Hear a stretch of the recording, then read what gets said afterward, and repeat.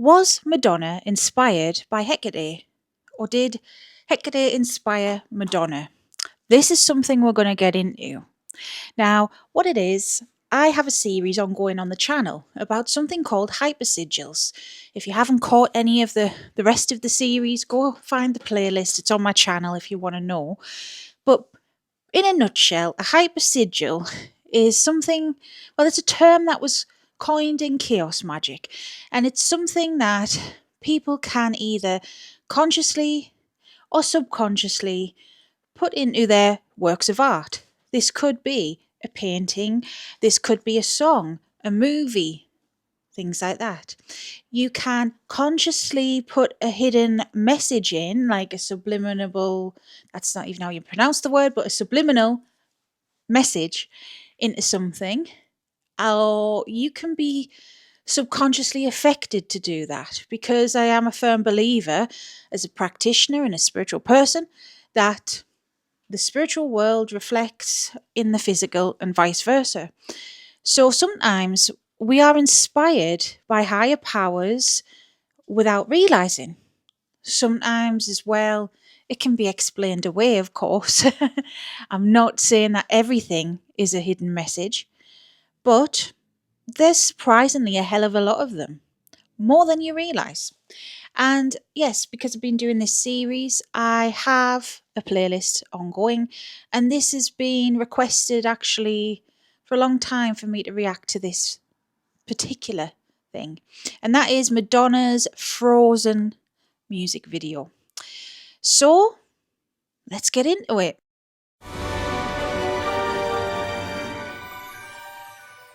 If you're new here, hello, welcome. And if you're not new here, welcome back. I'm Sarah, that divination witch. I hope you stick around. This channel is a witchy community and safe space where you can ask questions, nothing silly here. If you want to join the community, hit subscribe. And if you want to get a reading from me or support the channel further, all my links are below. I've got a shop, website, all of that. I've got Patreon as well.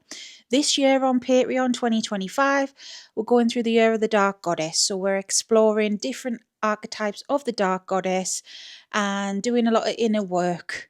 So if you're interested in finding out more about it, it's all below. Right. So, I think I need to get my glasses on for this one. Bear with me. My glasses might be a bit smudged. Ignore that if they are. So, before I start getting into the video, a bit of background on this song. This song was recorded in 97, released in January 98. That's 1998. I would have been 7 years old. Yes, 7 years old when this came out. I have memories of Madonna being into Kabbalah and stuff like that. Now, if you are not new on the channel, you may know I am currently going through that myself. I'm following Hermetic Kabbalah, spelt with a Q. I've got videos about my personal journey, going through the Tree of Life and the Tree of Death. So it is a thing, and I wouldn't say I'm an expert, but I'm well versed in it. All right, but yeah, she was getting into that around that time, exploring spirituality, and I remember that. So I did a little smidge of research on the song and the video before we react to it. Okay, I've seen it loads of times. You know, it's been out since I was 7. But I'd never dissected it. So the guy who directed the video itself is a guy called Chris Cunningham. He's British. He's very artistic. He's into music videos and things like that. He's directed videos for other artists like Bjork and Placebo. So he is into the alternative scene, you could say. He's also into his comic books, and he's worked on some comic books, Judge Dredd, I believe the Alien franchise and stuff like this. He's worked in movies. He's a very creative man. But I couldn't find anything about him being an occultist or anything like that. And when I looked up, and you can find this literally on Wikipedia if you really want to know, when I looked up Madonna's influence, when I looked up Madonna's influence for the video, she said she wanted to have a Moroccan orchestral, super romantic man carrying the woman he loves across the desert vibe. That was the words. Look it up. It's on Wikipedia. And she wanted something tribal feeling, really lush and romantic, apparently. And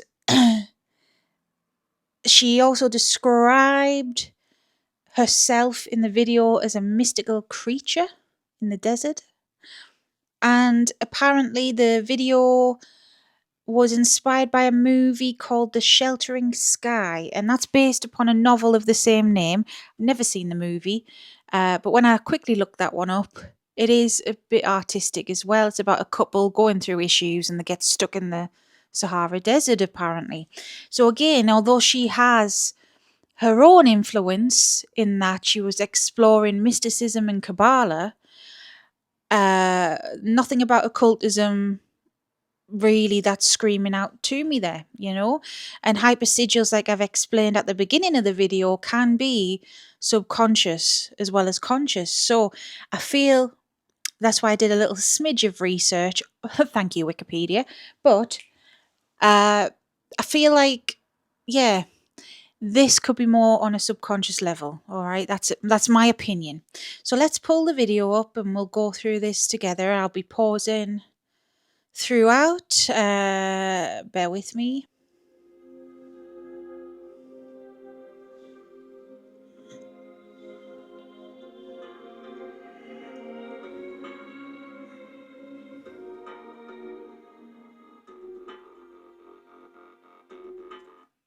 Right, I just want to say it's a very liminal space. I know it's the Sahara Desert, she wanted all of that. Hecate is a goddess of the liminal space. If you have any experience with Hecate, you will know this, and she exists between the worlds. And normally, when you see her in the astral realm,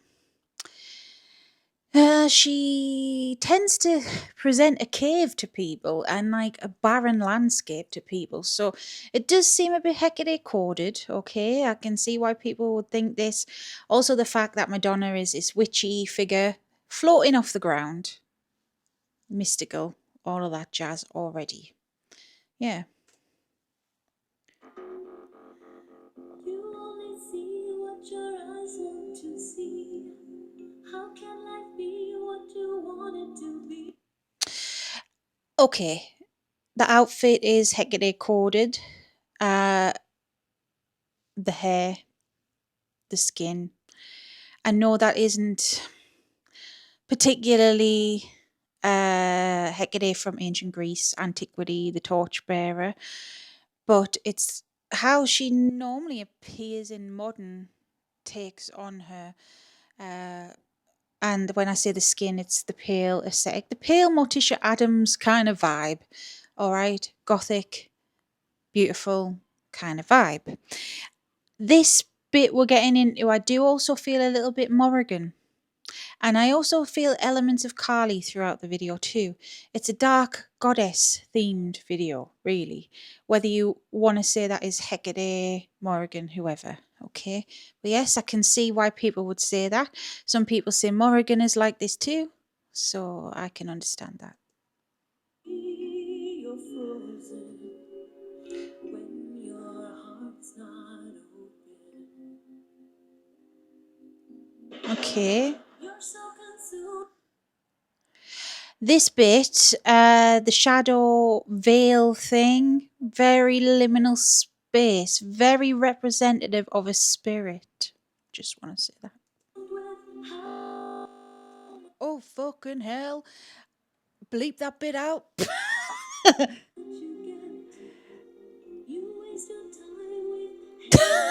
Sorry, that was a blooper. I'm going to keep that in. That is funny. that was fun. that wasn't a symbolism. That was just a glitch.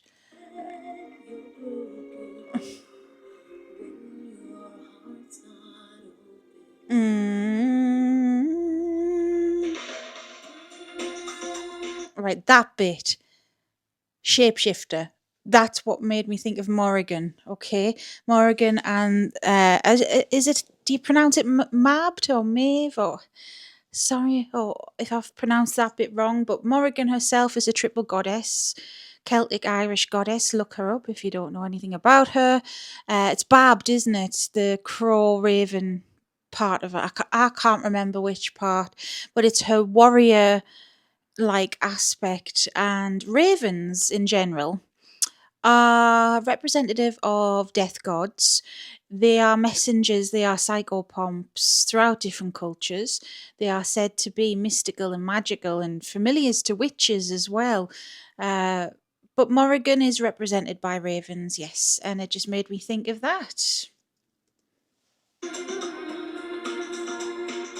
I could melt your heart,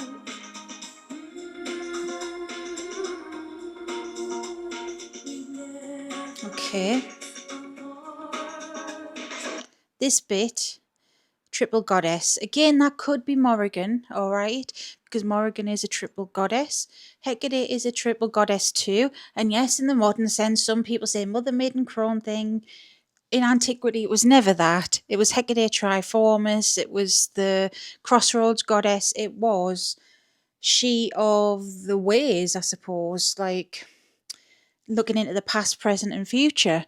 So that's the triple goddess aspect of Hecate, at least. And Morrigan is triple faced as well. The raven crow side of her is one of those faces. But yeah, I can see it. I can see it.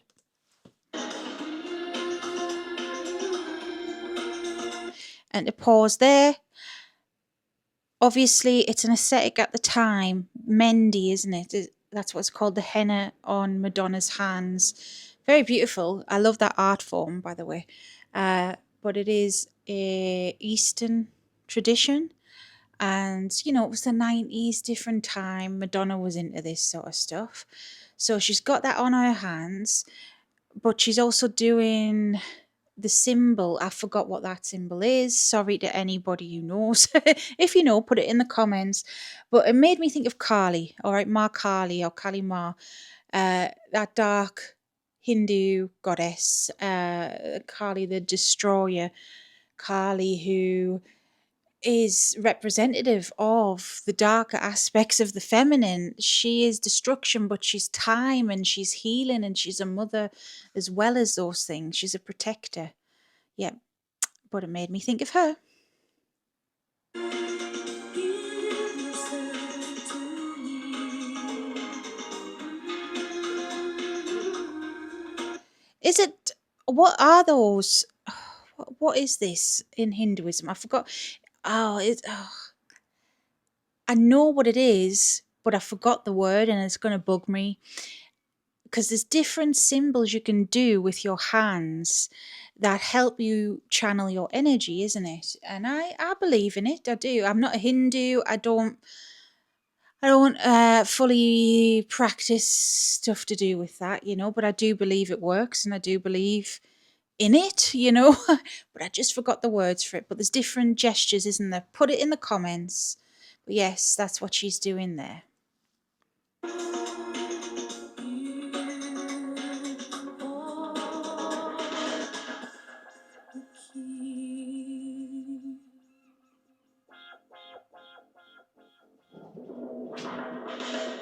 Now there's no point in placing the blame.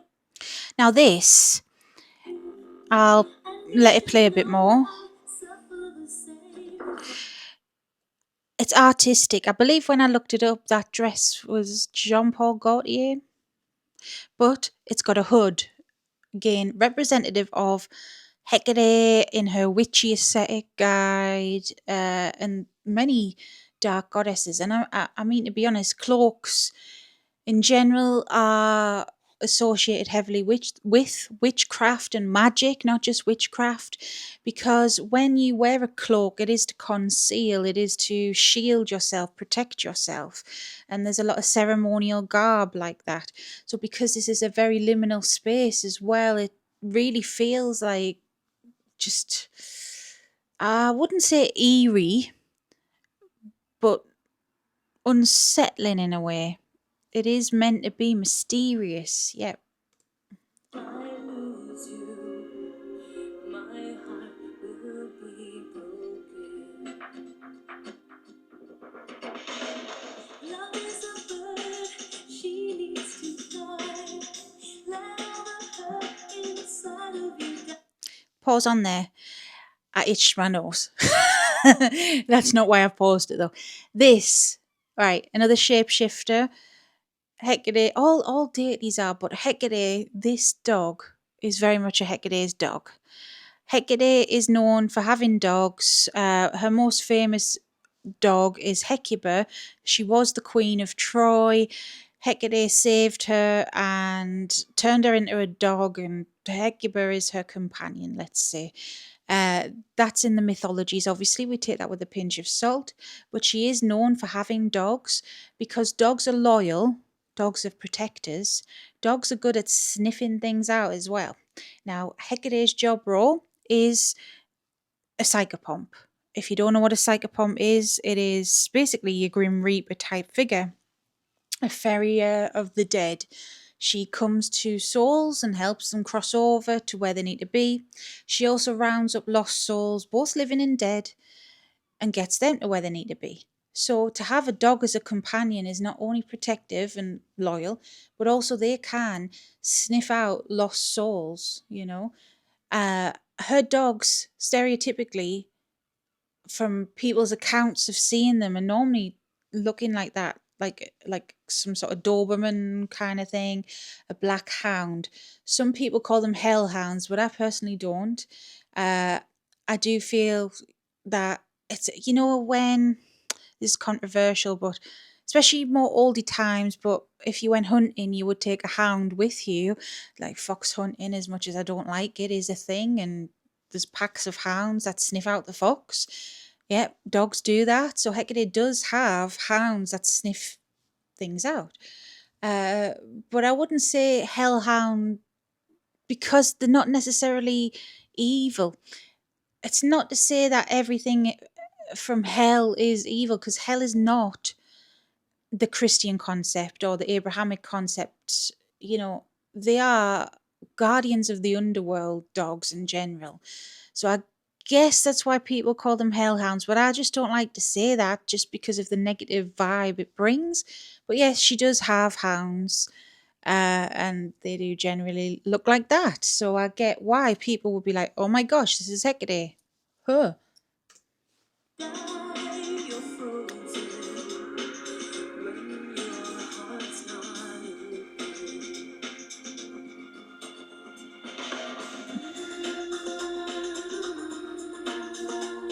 If I were your heart, Yeah. we'd never be apart. I'll just pause it there, okay?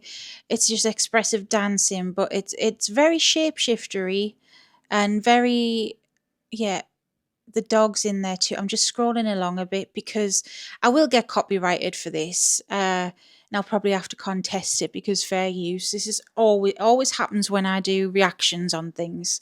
But if I can avoid it, I don't want to play the song, if you get what I mean.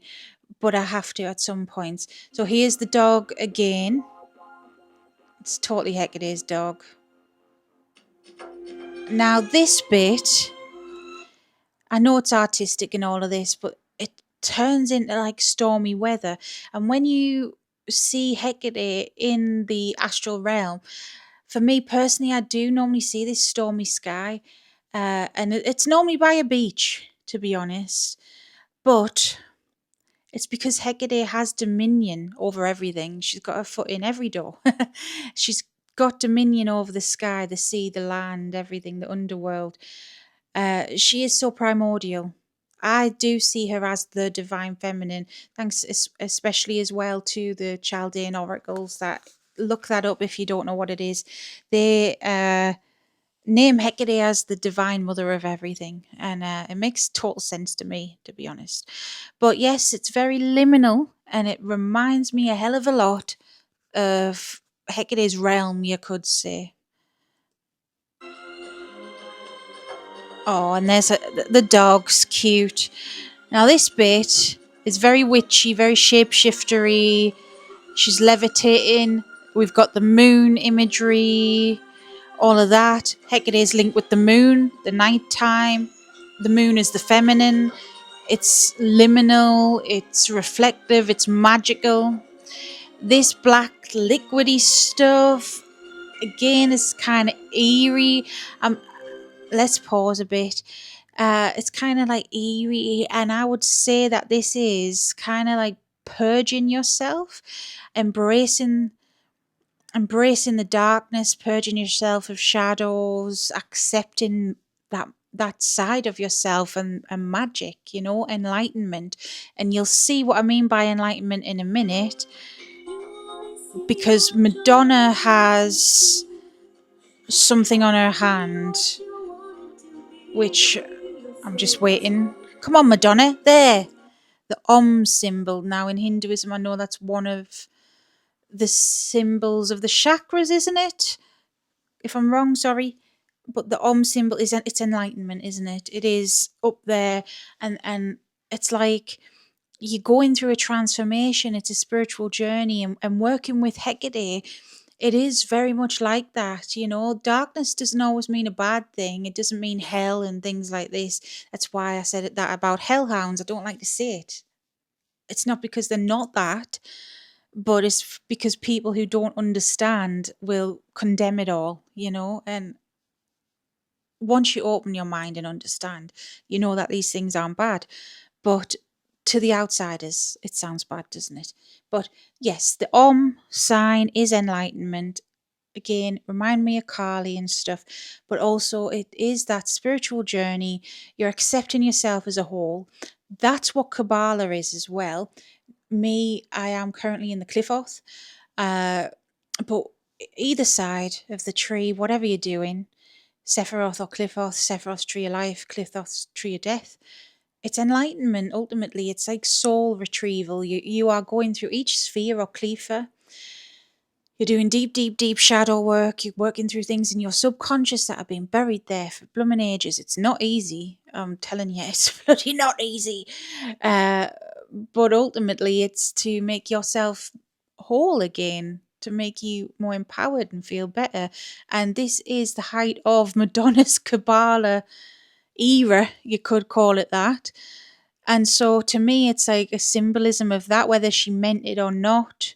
It is a symbolism of her achieving the enlightenment and understanding that you do need the shadow. You need both sides of the tree. You need both sides of you. And this is her exploring, I feel, a darker side. Because around this time, her sound, her look, everything was changing.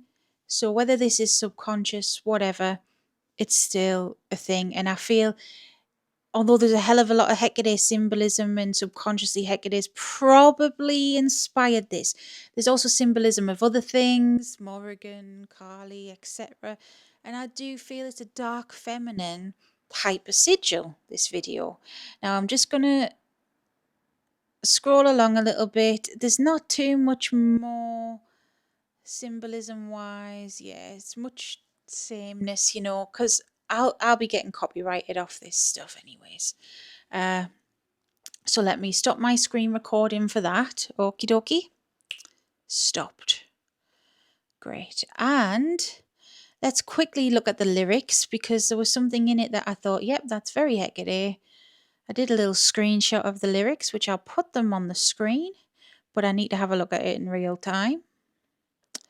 Okay, so you only see what your eyes want to see. How can life be what you want it to be? You're frozen when your heart's not open. Now, the lyrics on the surface, and this is probably what Madonna and whoever wrote the song was thinking, it's like a love song in a way, isn't it? It's like you're with someone who is set in their ways, stubborn, that kind of vibe. But I feel a deeper resonance with this. So even those first lines, you only see what you want. And even me going through that video there and explaining things, like the hellhound things, people will hear words like hell and think, oh my God, that's like Dante's Inferno, it's the ultimate bad place. You only see what your eyes want to see. So you're only seeing this as one thing. You only see Hecate, and this is in general, maybe not you guys watching, but a lot of people, especially when they're new to her, get scared. You only see what your eyes want to see. How can life be what you want it to be? So you only see Hecate in the way you're programmed to see her. A lot of people think she's a demon, she's evil, she's gonna fuck your life up, all this stuff. I had someone get a reading from me the other day who is new to Hecate, and their local witch shop said, "Oh, don't start with Hecate." And I replied, going, "Why have they said that? Why are they fear mongering? What are they going on about?" You know, with any deity, you've got to be willing to listen and be respectful. And as long as you are, this is a lifelong journey, a lifelong process. It's no quick fix. Yes, Hecate means business, but she gets you to deal with your shadow and things like this. And yes, that can be scary, but she's not out there hurting people on purpose, and she's not vindictive or anything like that. She actually wants people to become whole. She wants people to sort the shit out, basically, to not be a lost soul, so she doesn't have to keep rounding up lost souls, basically, is what she wants. So, that's first and foremost what I feel with those lyrics is like, people, you just don't look beyond what you're told. And for any spiritual journey, if it's going to be with Hecate or any one that's outside of the traditional mainstream at the moment Abrahamic religions, you've got to look past what you're told. You've got to make your own mind up, because you're frozen when your heart's not open. You know, you're not going to learn. You're not going to move forward. It's like being stagnant energy. You're so consumed with how much you get, you waste your time with hate and regret. You're broken when your heart's not open. And that, I feel, is consumerism. And yes, this was the 90s, and, you know, long time, what, nearly 30 years pushing. Blummer neck, I'm getting old. You know, soon, 20 odd years ago. Ridiculous. We're still in the same boat, you know. Now, getting into the chorus, if I could melt your heart, we'd never be apart. Give yourself to me, you hold the key. Freaking so Hecate, that. And that's what she does. She's like, look, she will break down your barriers, but like melt your heart is what it says. She breaks down your barriers, and that's probably why people get afraid of her, because she holds a mirror up to you, and she is like, look, there's your shadow. That's you. Deal with it, you know. But she'll be the support for you to deal with. But people don't like to be confronted with their shadow because it's difficult, it's scary, it's uncomfortable, and it's easier as us humans to blame somebody else. It's easier to condemn Hecate or another dark goddess, or any goddess or god. It's easier to say, oh, they effed me up. Not that you effed yourself up, you know? Not that you had the problem and you have to deal with the problem. Bullshit. Anyways, we'd never be apart. Give yourself to me, you hold the key. So she's saying, look, I will break down your barriers. Okay, I will help you. We'll hold the mirror up to your shadow. We'll never be apart. I'll be supporting you. Okay, if you give yourself to me. And she's not asking for your soul or anything like that. She is saying, be committed, listen, learn, be open with me, because you hold the key. It is your crap that you have to sort out. It is your issue you've got to sort out. She will help you. She also is symbolized by keys because of this. She opens the doorways in the physical, in the mental, in the spiritual. She is the door opener, all right? And yeah, on to the next verse. Kind of bloody makes sense. So Hecate coded this. There's no point in placing the blame. You should know I suffer the same. If I lose you, my heart will be broken. Yes, no point in I'm pointing. There's no point in placing the blame. People are quick to do that. Me now, I accept I'm on the left-hand path. People will say, oh, you worship demons. I mean, the comments I get on Lilith. Lilith has helped me. The other day I had to delete a comment, someone saying Lilith causes divorces and all this. No, no, baby. No, no, no. You cause a divorce. If you are in a loveless marriage or whatever's going on there, that is not Lilith. That's you. Sort your shit out. Lilith might bring it to the surface, but you've got to sort your shit out. And that's what Hecate does too. You know, there's no point in placing that blame. All right, you go blame Hecate. You go say Hecate is haunting your house and do that. But you know what? She suffers the same. And this is where me, like through the years, I've done loads of videos about it.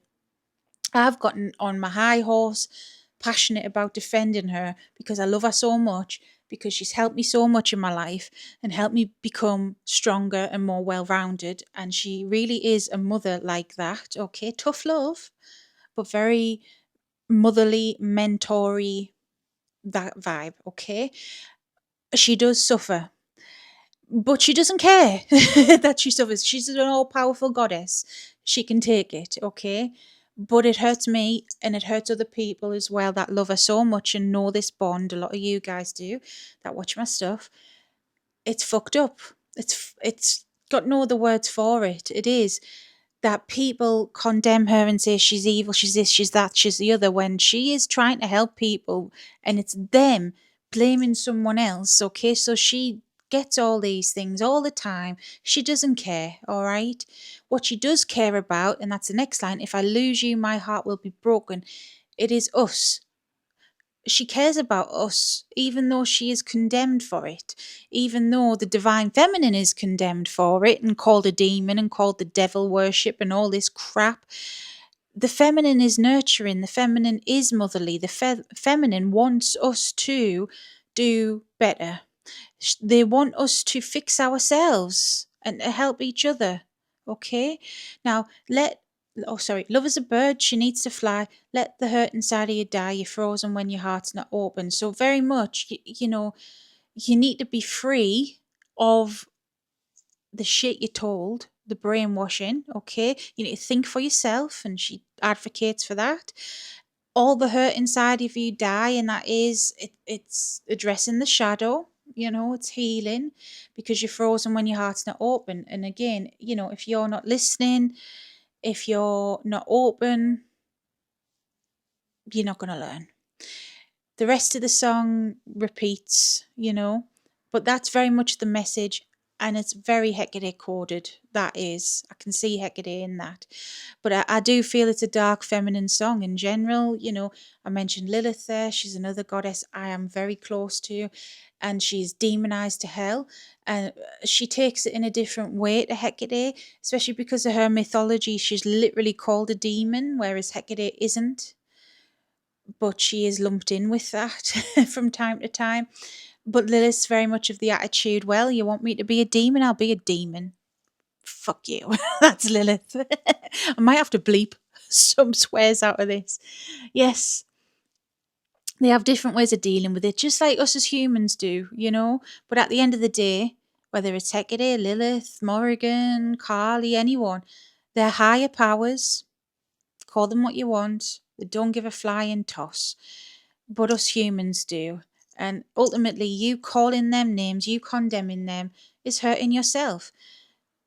How many... look, I don't mean to sound like I'm getting at religions here, but how many people... It's very rare, isn't it, that you find people that feel so enlightened and empowered in their faith that are following something structured. There will be the exceptions to that, of course there is, but on a whole, a lot of Christians I know, some of them are lovely people, don't get me wrong, I'm not condemning everyone, and I'm not just saying Christians either, because there's other religions too, but a lot of people just do it out of fear, because of tradition, because their family and whatever does it, because they're pressured into it, depends where you live in the world, because they don't want to be the odd one out. They'll go along with it. You know, if your whole community is very strictly religious, you go along with it. I'm thinking of these mega churches in Texas, and how obscene are those, can I just say? That's not Christ-like. Anyways, look, I just want to say, how many of these people are actually enlightened? Actually happy with that, actually have a real connection with their God? Doesn't matter who their God is, all right? How many have that connection? Not many, in my humble opinion. So there you go, that's the hyper sigil of Madonna's Frozen, all right? That's what it is. I hope this was interesting. If there's any other videos, like music videos or hypersigils you've noticed out there you want me to look into, I'll do a video on them. It could be anything, a song, a piece of art, it could be a movie, TV show, anything, video game, book, anything. If you've seen a piece of media, because I've seen them all over the shop.